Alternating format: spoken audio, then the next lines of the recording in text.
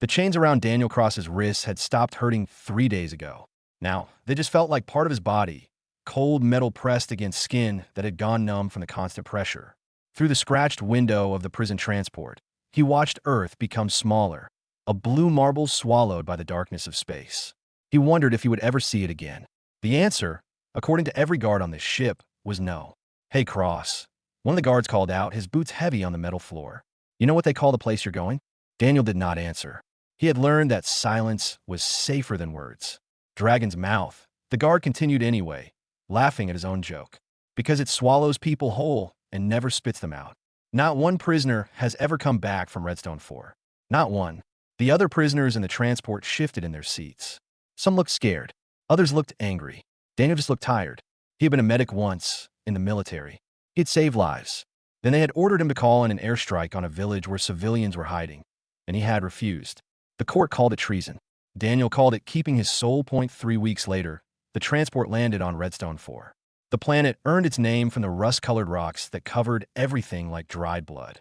2 suns hung in the sky, one yellow and one pale orange, baking the landscape until the air shimmered with heat. The prison colony sat in the middle of this wasteland, a cluster of metal buildings surrounded by high walls and guard towers. Warden Pierce met them at the landing pad. He was a thin man with gray hair and eyes that had seen too much. "Welcome to your new home," he said without any warmth in his voice. "I will keep this simple. You get 3 days of supplies and basic tools. After that, you're on your own outside the walls. The native creatures here are dangerous. We call them dragons because that is what they look like. Big, mean, and territorial. Most of you will not last a month." "What if we stay inside the walls?" one prisoner asked. "The walls are for staff only," Pierce replied. "You're not staff. You're a disposed waste. The galaxy does not want you, so we put you here. What happens next is up to you and the dragons." They processed Daniel quickly. They gave him a worn backpack with water containers, dried food that tasted like cardboard, a thin blanket, and a knife with a blade no longer than his hand. Then they opened the gate and pushed him out into the red desert. The heat hit him like a physical blow. Daniel walked because there was nothing else to do. Behind him, the prison colony's walls grew smaller. Ahead of him, mountains rose against the sky, their peaks sharp and unwelcoming. He rationed his water carefully, taking small sips every hour. By the second day, his lips were cracked and his skin felt like leather. On the third day, he saw his first dragon that IT stood on a ridge above him, massive and impossible. Its scales were the color of old copper, catching the double sunlight and throwing it back in shades of orange and gold. The creature was easily 20 feet tall at the shoulder, with wings folded against its back and a tail that could crush a man with a single swing. Its eyes, huge and golden, watched Daniel with an intelligence that made his breath catch. This was not a mindless beast. This was something more. Daniel froze. Every instinct screamed at him to run, but he knew running would only trigger a chase. Instead, he slowly lowered himself to one knee, keeping his eyes down. It was a gesture of respect, something he remembered from his training about dealing with territorial animals. He had no idea if it would work with a dragon. The dragon made a sound, low and rumbling like distant thunder. Then it turned and disappeared over the ridge. Daniel let out a breath he had not known he was holding. He forced himself to keep walking. The mountains were closer now, and between 2 peaks, he could see the dark mouth of a canyon. Maybe there would be water there.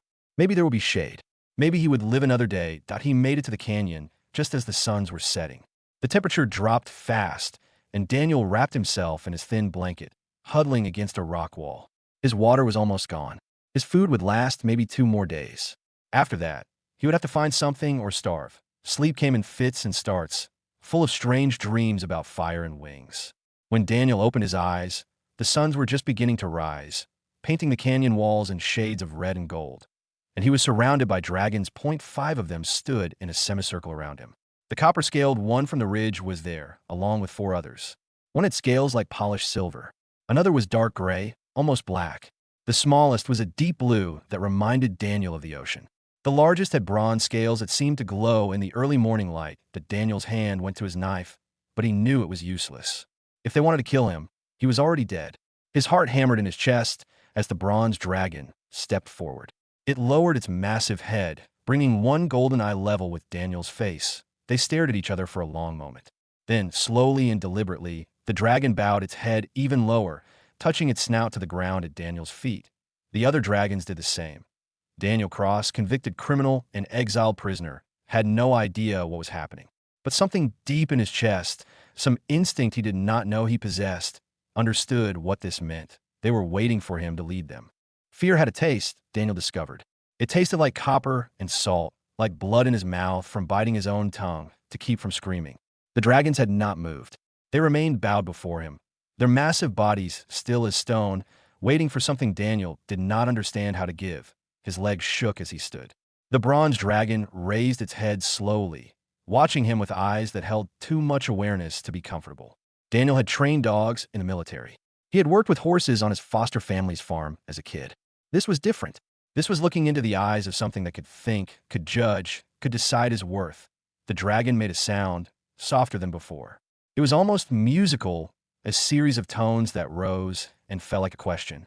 When Daniel did not respond, the creature turned and began walking deeper into the canyon. The other dragons followed. The bronze one looked back once, clearly expecting Daniel to come with them. What choice did he have? Stay and die of thirst, or follow, and maybe die faster, but at least see something amazing first. Daniel picked up his backpack and followed. They walked for hours.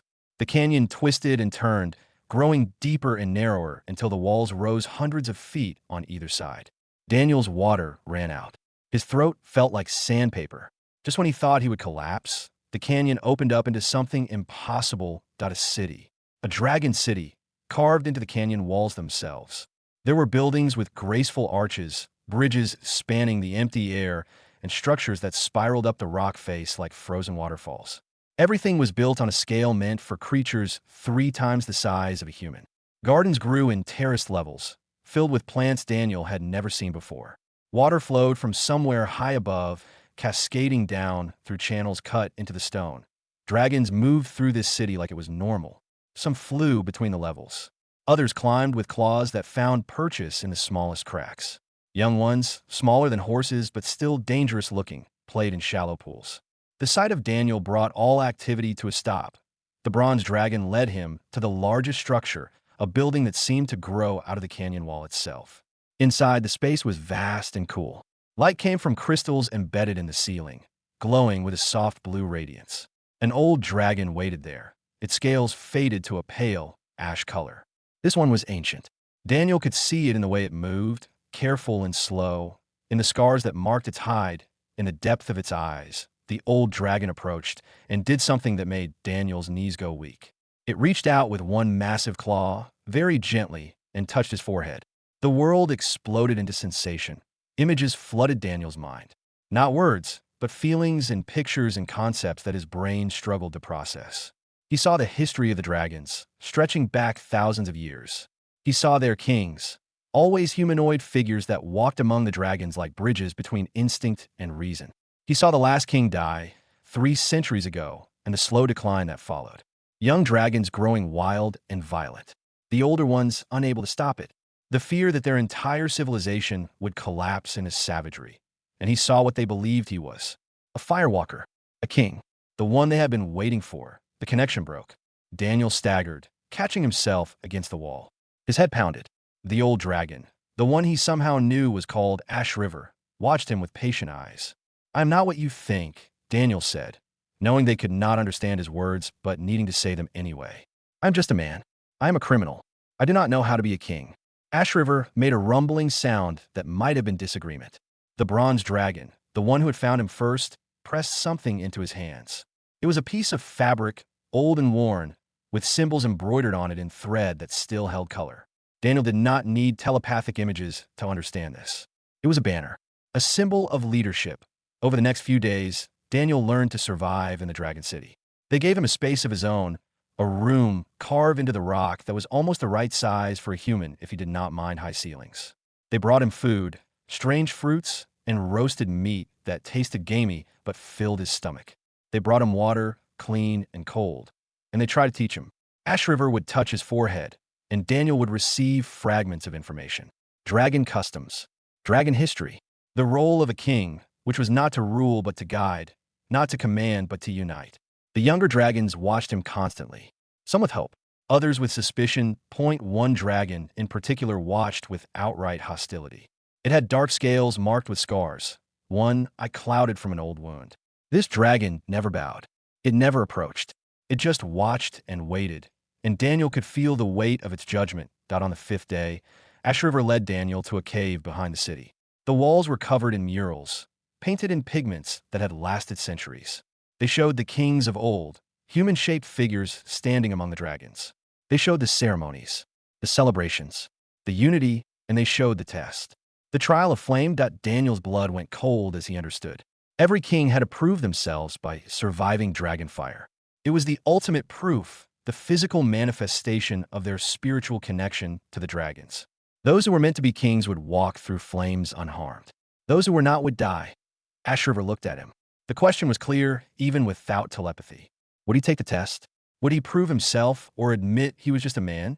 Daniel thought about the prison colony, about Earth, which had thrown him away, about the life he had lost and the purpose he had never found.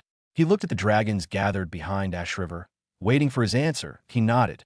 Ash River led him back to the main chamber. Dragons filled every available space, clinging to walls and hovering in the air. The young ones were pushed to the back for safety. The scarred dragon with the clouded eye stood close, watching with what might have been anticipation. Daniel stood in the center of the chamber. Ash River took position in front of him, drawing in a breath that made the old dragon's sides expand like bellows.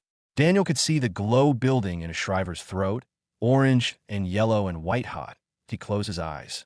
He thought about all the people he had tried to save in his life. He thought about the choice that had brought him here. He thought about the strange feeling in his chest when the dragons bowed, like something clicking in a place that had always been misaligned. Ash River breathed. Fire washed over Daniel like a wave, and the world turned white. Heat surrounded Daniel, but did not burn. The flames wrapped around him like water, warm and strange, flowing across his skin without causing pain. He could feel it consuming his clothes, the rough prison fabric turning to ash and falling away. But his skin remained untouched. The fire had a sound, a roaring whisper that filled his ears, and underneath it he could hear something else. Voices, maybe, or the echo of ancient songs sung by throats not built for human language. When the flames died, Daniel stood unharmed in the center of the chamber. Ash drifted around him like snow. His prison uniform was gone, leaving him bare except for a pair of shorts that had somehow survived. His skin showed no burns, no marks, nothing to suggest he had just been engulfed in dragon fire hot enough to melt stone. The dragons erupted in sound. It was not quite a roar and not quite music, something between celebration and relief. Wings beat the air, sending the ash swirling. Young dragons bounced on their claws like excited puppies. Even the old dragons, the ones who moved with careful dignity, allowed themselves small displays of joy. All except one. The scarred dragon with the clouded eye turned and left the chamber without a sound. Ash River approached Daniel, moving slowly and bowed deeply. The gesture felt different now. Before, it had been a test, a hope. Now it was recognition, acceptance, truth. The other dragons followed, a wave of massive bodies lowering themselves in acknowledgement of what Daniel had become. What he had always been. If the visions were true, they dressed him in armor that had waited 300 years for a wearer. The pieces were made from dragon scales, gifted not taken, each one polished smooth and fitted together with skill that spoke of deep craftsmanship. The scales were every color, bronze and copper and silver and gold, creating patterns that caught the light and threw it back in waves. The armor was lighter than it looked, warm against his skin, and it fit perfectly despite being made centuries before he was born. Daniel Cross, prisoner and medic in exile, was now Daniel Cross, Dragon King. He had no idea what that meant in practical terms. Being a symbol was one thing. Being a leader was another that he learned fast. The role of a Dragon King was not to give orders, but to solve problems. When two dragons fought over territory, Daniel had to find a solution that honored both. When young dragons grew restless and aggressive, Daniel had to find ways to channel that energy into something useful. When the elders disagreed on tradition, Daniel had to bridge the gap between what was and what needed to be. The dragons taught him their language, not through telepathy this time, but through patient repetition. He learned to shape the sounds in his throat, the clicks and hums and rumbling tones that carried meaning beyond words. He learned to read their body language, the angle of wings and tail that spoke volumes. And he learned that each dragon was an individual, with hopes and fears and personalities as distinct as any human. The bronze dragon who had first found him was named Stonewing. She was a hunter, quick and clever, with a sense of humor that showed in the way she played tricks on the younger dragons.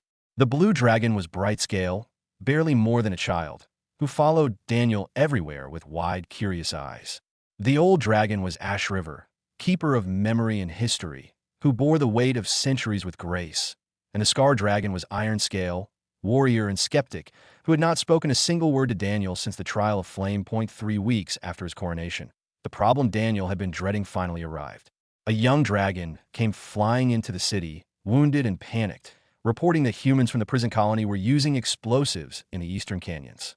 They were expanding their territory, clearing land for new buildings. The explosions had collapsed part of a cliff face. Dragon eggs had been buried in the rubble, nests destroyed, months of careful preparation ruined. The dragons wanted blood. They wanted revenge. They wanted to burn the prison colony to ash and scatter the humans like the humans had scattered their eggs. Daniel understood the rage. He felt it himself, a hot, angry thing in his chest. But he also understood what would happen next. The colony would call for help. Ships would come. Weapons that made dragon fire look like candle flames would rain down from orbit. The dragons would die, all of them, and their city would become dust. "We cannot fight them directly," Daniel said, standing in the council chamber before dragons who wanted war. "They have weapons we cannot match. Then we do nothing." Iron Scale spoke for the first time, his voice rough from the scars on his throat. "We let them destroy our nests. We bow to human cruelty." "No," Daniel said firmly. "We fight smart, not hard. We stop their expansion without giving them an excuse to bring the military. Sabotage, not slaughter. We break their equipment. We slow their progress. We make it too expensive to continue. But we do not kill." "You protect your own kind," Iron Scale accused. "I protect everyone," Daniel shot back. "Human, dragon, anyone who cannot defend themselves. That is what a king does. That is what I did before and why they exiled me. I will not start killing now just because the targets changed." The council argued for hours. In the end, they agreed to Daniel's plan, but the decision was narrow. Many dragons remained unconvinced. Iron Scale abstained from the vote entirely, a silent protest that spoke louder than words. That night, Daniel led a small team to the prison colony's expansion site. Stonewing flew reconnaissance, her dark shape invisible against the night sky. Bright Scale waited at a safe distance, ready to signal if guards approached. Daniel moved through the construction equipment like a ghost, using skills learned in military training to disable machines without leaving obvious evidence.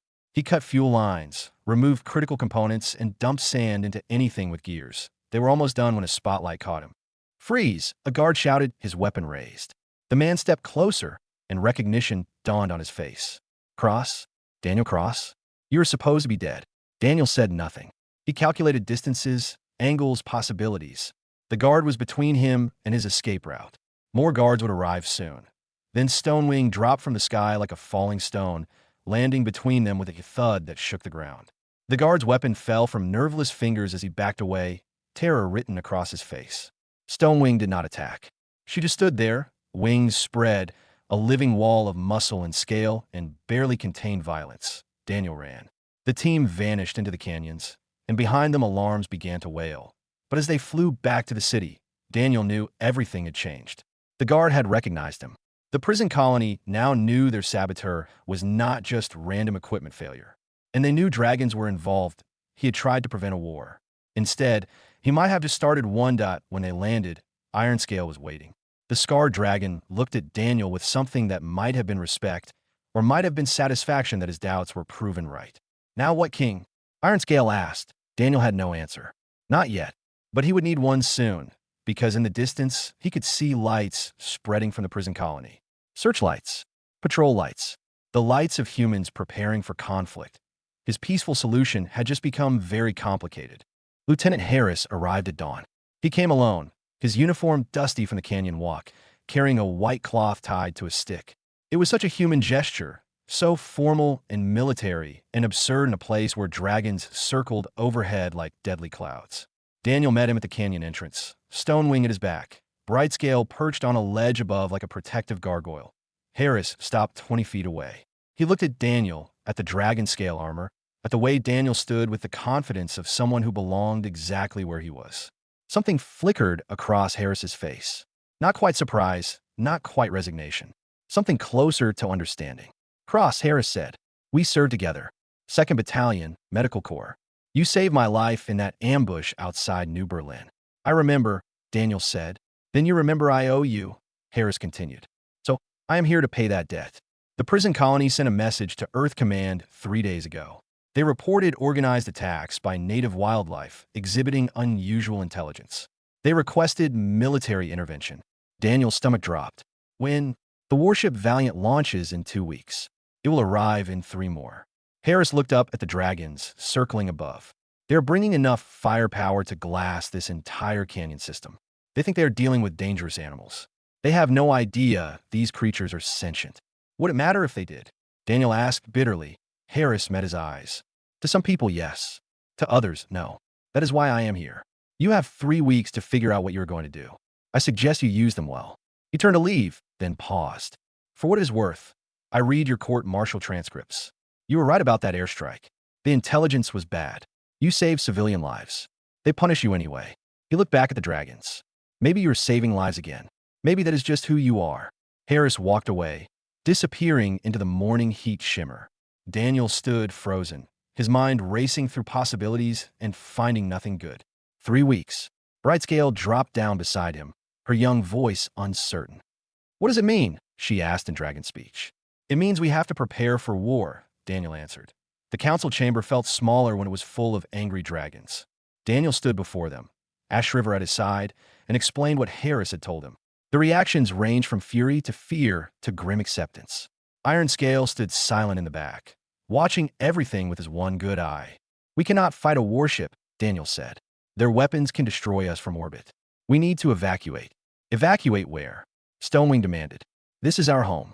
These canyons have sheltered our kind for 10,000 years. You ask us to abandon everything. I ask you to survive, Daniel replied. We move deeper into the mountain systems. We scatter. We hide. When humans find nothing but empty cities, maybe they will leave. Or maybe they will hunt us down one by one, another dragon said. He is right. Everyone turned to look at Iron Scale. The scarred dragon stepped forward, his damaged throat making the words rough. A warship will kill us all if we stand and fight. I have fought enough battles to know the difference between bravery and stupidity. But running is not enough. We need to slow them down, make them question their mission. We need a strategy. What do you suggest? Daniel asked, surprised by the support from his harshest critic. The trial you humans gave me, Iron Scale said, gesturing to his scars. Fire. I propose we give them the same. We make them prove they can walk through our flames before they judge us as beasts to be eliminated. The metaphor was rough, but Daniel understood. You want to prove we are not mindless animals. Show them our culture, our intelligence, our right to exist. Yes, Iron Scale rumbled. But to do that, we need a human who will speak for us. A human they will listen to. He looked at Daniel. A king. The plan formed over hours of debate. They would prepare 2 strategies simultaneously. The evacuation would proceed, with the young and the old moving to deep caves in the northern mountains. But Daniel would go to the prison colony with evidence of dragon civilization. Art, tools, written language, anything that proved sapience beyond doubt. He would demand they delay the military action, give him time to present the evidence to Earth authorities that IT was desperate. It was dangerous, and it was the only chance they had. The next 2 weeks were chaos. Dragons packed their most precious belongings, items that carried centuries of history. They moved food stores, protected relics, carried their youngest who could not yet fly. Daniel watched families say goodbye, not knowing if they would see their home again. He saw the grief in a Shriver's ancient eyes as the old dragon supervised the evacuation of scrolls and artwork, pieces of culture that could never be replaced if destroyed. Brightscale refused to leave with the evacuees. You will need someone watching your back, she said with the stubborn certainty of youth. Daniel did not have the heart to argue on the last day. Iron Scale approached Daniel alone. The scarred dragon carried something in his claws, careful despite their size. It was a piece of armor, a chest plate made from scales darker than night, etched with symbols Daniel could now read. They spelled out a single word in dragon script. Courage. This belonged to the last king, Iron Scale said. He died protecting dragon young from a rock slide. He did not have to. He chose to. That is what made him worthy. The dragon's good, I fixed on Daniel. I doubted you. I thought you were just a human playing at leadership. I was wrong. You are willing to die for us. That makes you our king, truly. Daniel took the chest plate. It was heavy with history and expectation. I'm going to try not to die, he said. Try hard, Iron Scale replied. We just got used to you. The morning Daniel left for the prison colony, He stood at the canyon entrance and looked back at the city. It was empty now, buildings silent, gardens untended. A ghost city waiting to see if it would become a tomb or a home again. Stonewing would fly him most of the way, staying hidden while he walked the last mile alone. Ash River came to say goodbye. The ancient dragon touched Daniel's forehead one last time, and the telepathic connection flowed between them. Not words or images this time, just emotion. Pride, hope, fear, love. The love of a teacher for a student, of an elder for the young, of a culture for the one who might save it. Come back, Ash River said simply. Daniel climbed on his Stonewing's back. Brightscale flew beside them, refusing to be left behind despite orders. As they rose above the canyon, Daniel looked down at the red landscape that had become his home. Somewhere out there, a warship was jumping through space, loaded with weapons and soldiers who had no idea what they were about to destroy. Daniel had 3 days before it arrived. 3 days to convince humanity that dragons deserve to live. 3 days to save everyone, human and dragon alike, from a war nobody really wanted. The thought that kept him awake as they flew was simple and terrible. What if 3 days was not enough? The warship arrived early. Daniel was still 2 miles from the prison colony when he saw it drop through the atmosphere, a massive shape that burned the air around it with reentry heat. It was not supposed to be here yet. Someone had miscalculated or lied, or the military had decided faster was better. Either way, his 3 days had just become 3 hours that he ran.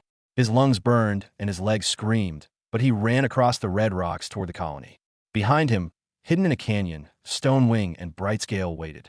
They had argued about this. Brightscale wanted to come with him, wanted to stand by his side when he faced the humans. Daniel had refused. If this went wrong, if they killed him, someone needed to survive to warn the others. The prison colony's gates were sealed when he arrived. Guards stood on the walls, weapons ready, staring at the warship as it settled into a landing position 5 miles away. Daniel pounded on the metal gate with both fists. "Let me in," he shouted. "I am Daniel Cross. I need to speak to Warden Pierce." Now, the guards looked down at him like he was insane. Maybe he was. He wore dragon-scale armor and spoke with authority he should not have, demanding entry to a place that had exiled him. But Harris had said there were sympathetic people in the colony. Scientists who studied the dragons. People who suspected the truth. One of the guards spoke into a radio. Minutes crawled by. Then the gate opened just enough for one person, and Dr. Reeves stood there. She was a small woman with gray hair pulled back tight, wearing a lab coat over practical clothes. Her eyes went wide when she saw Daniel. "You are the one they have been looking for," she said. "The saboteur. They will arrest you." "I know," Daniel said, "but I need to speak to whoever is in charge of that warship." The dragons are not animals. They are intelligent. They have culture and language and civilization. If the military attacks, it will be genocide. Dr. Reeves studied him for a long moment. "Come with me," she said. Quickly, she led him through back corridors, avoiding the main areas where soldiers were assembling. They reached her laboratory, a cluttered space filled with samples and equipment and papers covered in notes. She pulled out a tablet and showed him footage. "I have been studying them for 2 years," she said. "I have recordings of their vocalizations showing linguistic patterns. I have samples of their art, their tools, their written language. I have been trying to get Earth authorities to listen, but nobody wants to hear that the prison planet's monsters are actually people. Will they listen now?" Daniel asked. "I do not know," she admitted, "but I am coming with you. If we're going to try this, we try together." They walked out the front gate toward the warship, Daniel in his dragon armor, and Dr. Reeves carrying her tablet full of evidence. Soldiers stopped them halfway. These were not prison guards. These were Marines, trained for combat, carrying weapons designed to kill things much larger than humans. Their commander was a woman named Captain Ortega, with hard eyes and no patience for delays. "You are the prisoner causing trouble," she said, looking at Daniel. "I am the Dragon King," Daniel replied, knowing how insane it sounded. "And I am here to prevent a massacre." He explained everything. Dr. Reeves showed her evidence. They pleaded, argued, demanded that she delay the attack just long enough to verify the truth. Ortega listened with the blank face of someone who had heard every excuse and believed none of them. "The dragons attack colony equipment," she said. "They are a threat to human operations." "My orders are clear." "My orders were clear too," Daniel said, "when they told me to bomb civilians. I refused because it was wrong. You have that same choice now." Something flickered in Ortega's expression. "Take them into custody," she ordered her soldiers. "We will sort this out after we complete our mission." The attack came at dawn. Daniel was locked in a holding cell on the warship, forced to watch through a small window as military shuttles flew toward the canyons. Dr. Reeves was in another cell, still clutching her tablet. They could do nothing but wait and hope the dragons had evacuated far enough. Fast enough. The first explosions lit up the canyon walls. The warship's weapons were precise, surgical, designed to collapse specific structures while minimizing collateral damage. Except the collateral damage was a civilization. Daniel watched his home, the city that had accepted him when his own species threw him away, crumble into dust and fire. Then he saw Brightscale. The young dragon came flying out of the side canyon, heading straight for the military shuttles. She should have been with the evacuees. She should have been safe. Instead, she was here, alone and furious, attacking machines that could kill her with a single shot. Daniel screamed her name, knowing she could not hear him through the walls and distance. He threw himself at the door, at the window, desperate to reach her. Guards rushed to restrain him. One of the shuttles turned its weapons on Brightscale. Daniel saw the targeting laser paint her scales. He saw the weapon charging. Time seemed to slow down, each second stretching into eternity. Then Stonewing appeared, slamming into Brightscale from the side and sending her tumbling out of the line of fire. The blast meant for the young dragon hit Stonewing instead. The bronze dragon fell from the sky like a stone. Daniel broke. Something inside him that had been holding on through exile and trials, an impossible responsibility, finally shattered. He fought the guard with strength he did not know he possessed, screaming words that were not quite human and not quite dragon. Sounds of pure grief and rage. The cell door burst open. Lieutenant Harris stood there, bloodied and breathing hard. "Come on," he said. "I'm getting you out." "They killed her," Daniel said, his voice broken. "They killed Stonewing." "Then stop them from killing more," Harris replied. "Move." They ran through the warship's corridors. Alarms blared. Behind them, guards shouted. Harris led Daniel to an escape pod, shoving him inside. Through the pod's window, Daniel could see the canyons burning. He could see dragons fleeing, some wounded, some carrying young ones who could not fly fast enough. He saw Captain Ortega standing on the warship's bridge, watching her screens with an expression that might have been doubt. She looked up, and for just a moment, their eyes met across the distance. In that moment, Daniel saw her realize what she was doing, saw her understand that the intelligence, the culture, the civilization was real. She reached for her communications panel. "All units, cease fire." Her voice crackled across every channel. "I repeat, cease fire immediately." The explosions stopped. Silence fell across the canyons, broken only by the sound of flames and falling rock. Daniel sagged against the pod's wall, Stonewing's name a prayer on his lips. Harris climbed in beside him. "Dr. Reeves got footage out," he said. "Everything. It is broadcasting on every channel, reaching Earth. They cannot hide this now. They cannot pretend they did not know." "Will it matter?" Daniel asked. "I do not know," Harris admitted. "But it is a start." The escape pod launched, carrying Daniel back toward the canyons. Back toward his people, the ones who survived. Back toward a war that had paused, but might not be over. Back toward Stonewing's body, lying broken in the red dust of the planet that had become home. Earth smelled different than Daniel remembered. Cleaner. Somehow. Artificial. He stood in chains again, but these were ceremonial more than functional. His trial was being broadcast across the entire solar system, watched by billions. The footage from Redstone 4 had done what Dr. Reeves hoped. It had made people angry. It had made them question. It had made them care. The prosecution painted Daniel as a traitor twice over. First for refusing orders, then for siding with aliens against his own kind. They showed the damaged equipment, the disrupted colony operations, the military resources wasted on what they still insisted was a threat to human expansion. They were very good at their job, making everything sound reasonable and necessary and legally justified. Then the defense called Dr. Reeves to the stand. She brought her evidence, 2 years of research compressed into a presentation that left the courtroom silent. Recordings of dragon songs that showed complex linguistic patterns, art that demonstrated abstract thinking, tools that proved technological development, written language that contained poetry and history and philosophy. "They are not animals," she said simply. "They never were. We just chose not to look." Lieutenant Harris testified next. He described the attack, the precision of the weapons, the way dragons had tried to flee rather than fight. He talked about Stonewing, how she had died protecting a younger dragon from military fire, how that act alone proved intelligence and compassion beyond mere instinct. But the moment that changed everything was when Iron Scale entered the courtroom. The Scar Dragon had to crouch to fit through doors built for humans, his massive form a stark reminder of the physical reality they were discussing. Guards tensed. Spectators gasped. The judge called for order. Ironscale approached the witness, stand with dignity, his scales clicking softly against the floor. Dr. Reeves had built a translator device, crude but functional, that converted dragon speech into words humans could understand. When Ironscale spoke, his voice filled the room. I hated humans once, he said.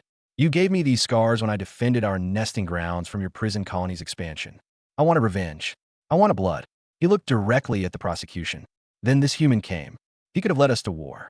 We would have followed him, our prophesied king, into any battle. Instead, he taught us patience. He taught us strategy. He taught us that strength is not just in fire and claw, but in choosing when not to use them. The Scar Dragon turned to face the entire courtroom. He saved my people from our own rage and your ignorance. If that is treason, then your laws need to change. The courtroom erupted. The judge pounded for order. Daniel watched it all, feeling strangely distant, as if this was happening to someone else. Brightscale sat in a specially built gallery section, her golden scales catching the light, her eyes never leaving Daniel. She had survived. Many had not. The final count was 12 dragons dead, including Stonewing and old Ash River, who had refused to evacuate and died protecting the youngest hatchlings in the nursery caves. The city was heavily damaged, but not destroyed. And the dragons, for the first time in 300 years, had a king who might actually survive long enough to make a difference. The trial lasted 3 weeks.